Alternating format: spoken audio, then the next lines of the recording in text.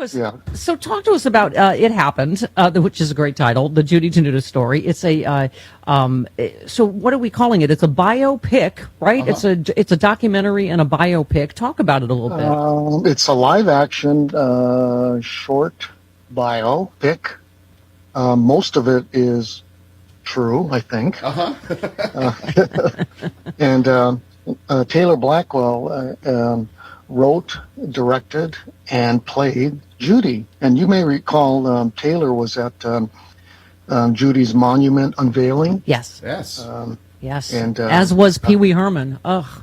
So many, again, bright lights. But I think Taylor, speaking of which, joins us now. Taylor Blackwell. Hey, Taylor. Good morning. Good morning, Stephanie. How are you? I'm good. Thanks so much for doing this. I'm so excited about. I'm so excited about the film. So I'm just dumping you. This is Hollywood Vern, so I'm dumping you for a bigger name now.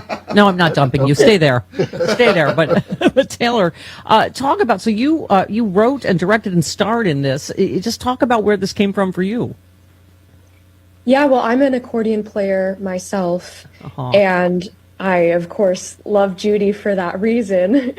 And I was somewhat familiar with her before she passed, but when she did pass away and I saw this headline about the Aphrodite of the accordion, I thought, oh my goodness, who is this? And that really sent me down this deep dive of finding out more about her, watching her comedy specials, and just becoming absolutely enamored by her and her story. And it made me want to be able to play a hand in telling it and capturing it.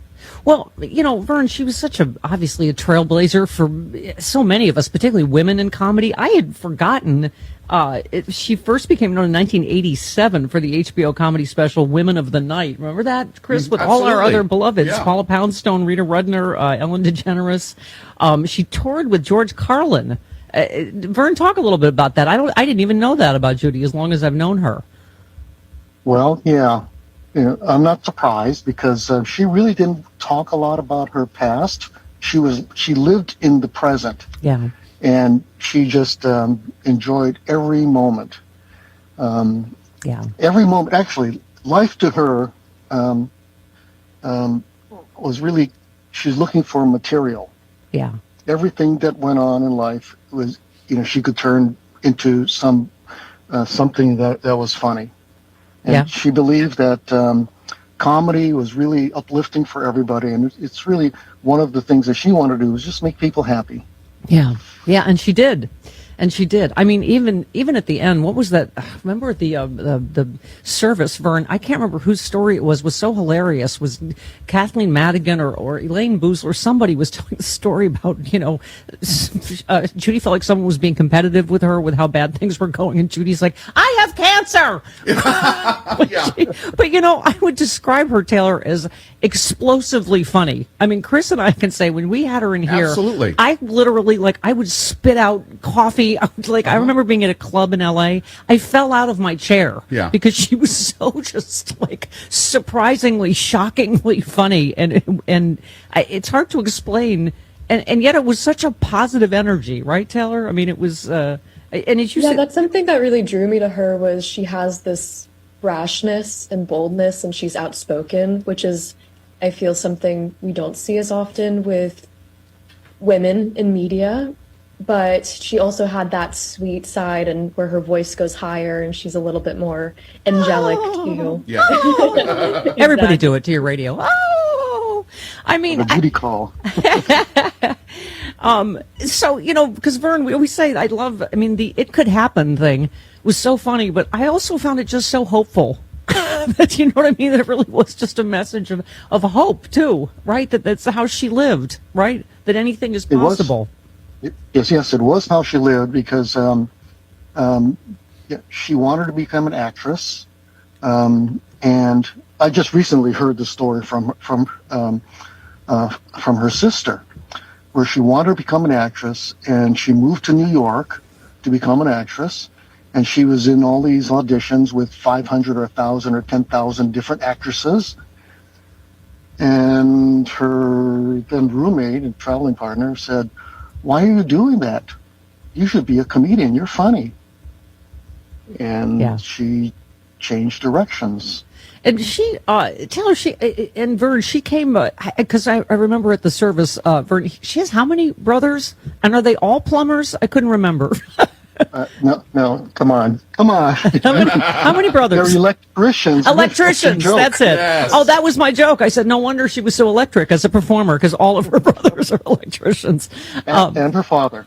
Yeah. Oh, my God. So, Taylor, this film's described as a love letter to the self-proclaimed love goddess. But I thought, in this time of just hate and divisiveness and Trump's America, that's really what it was. Like, Judy was this force for good, not just for, as you were saying, honesty, but just what she called herself. She called everybody love puppets. She was the love goddess. It could happen. It really was this sort of burst of optimism, too, wasn't it, her message? Absolutely. And I love that she was willing to call people out, but also do it in a way that still had a sense of humor and a smile on her face. Right. Yeah.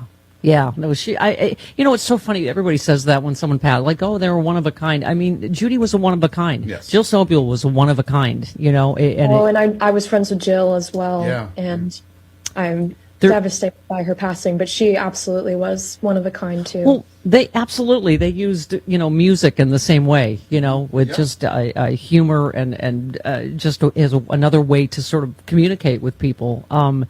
So what? Yeah, Vern, I'll never remember. Of all the parties, for whatever reason, I remember when after Prince passed, we had the Prince karaoke party, and I will just never forget Judy Tenuta with that. I don't even know where she got a giant purple boa that size, but I just remember her singing and dancing, and as someone said last week, Vern, about Jill, the world just feels a little less lighter, without people like Judy and Jill in it. And it's I love that you're doing this film. It's a way to keep their amazing legacies alive. So talk to us about what we can do and how we support this and where we can see it. Yeah, well, first I just wanted to say that Jill Sobule was actually a teacher of mine through the program Right Girl Los Angeles. Oh, wow. And she was truly an amazing woman, and I felt lucky to call her a friend. And I never got to meet Judy, but I feel that she is sort of a mentor to me as well. And through learning about her, through playing her, it brought about more confidence in myself. So I'm grateful for both of those women and so many of the amazing women in comedy and music and in the arts and other places that have inspired me. Yeah. But as far as watching this film, we're going to be playing at the LA Film Fest this weekend on Saturday, May 17th at 4 p.m. 4 p.m.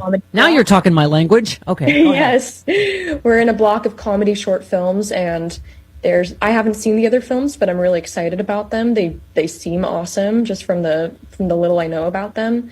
And this will be at the LA Live Regal Theater, downtown Los Angeles. And but how else would people be able to see the film or support what you're doing or Judy's legacy? Vern, can you talk about? We have a trailer out right now for the film. We won't be releasing the film in its entirety for a little bit this festival run. So hopefully we'll have other festival dates to promote soon. Okay, great. But in the meantime, you can keep up with me on Instagram because I will be posting about the film and updates on the film. We also have a music video out from the film where I'm singing the Pope song, and that's on my YouTube channel. Perfect timing. Perfect timing. Well, I was going to say, let us know with all that. We'll try to promote it because I know, Vern, you're the trustee of the Judy Lynn Tenuta Trust. She bequeathed the residual of her estate to charity. She also did a lot of that. She gave a lot to a lot of causes. So, I keep saying in honor of Jill, in honor of Judy, there's so much good work left to be done in the world. So now we have to be the light, right? Yeah.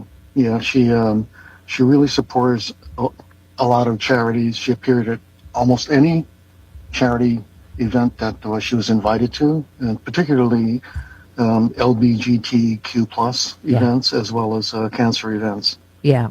Despite the fact that she was straight and with a stud like you. So that's right. Yeah. Okay. I just hope you guys other women will be inspired by these women too, and feel the impetus to create their own things and be a link in the chain in that way. Yeah, and Taylor, we're all one, you know, so I hope you guys will come to I'm having a Jill Sobule celebration of life at my place, and Vern and Judy have been to pretty much everything we've ever had here, and we want to keep Jill's legacy alive as well and her work. So what do we do? Tell us again, where do we go? How do we just support Is there a website Judy? we can go to? Are there social media accounts? Yes, so you can follow my Instagram, which is at The Musical Mushroom.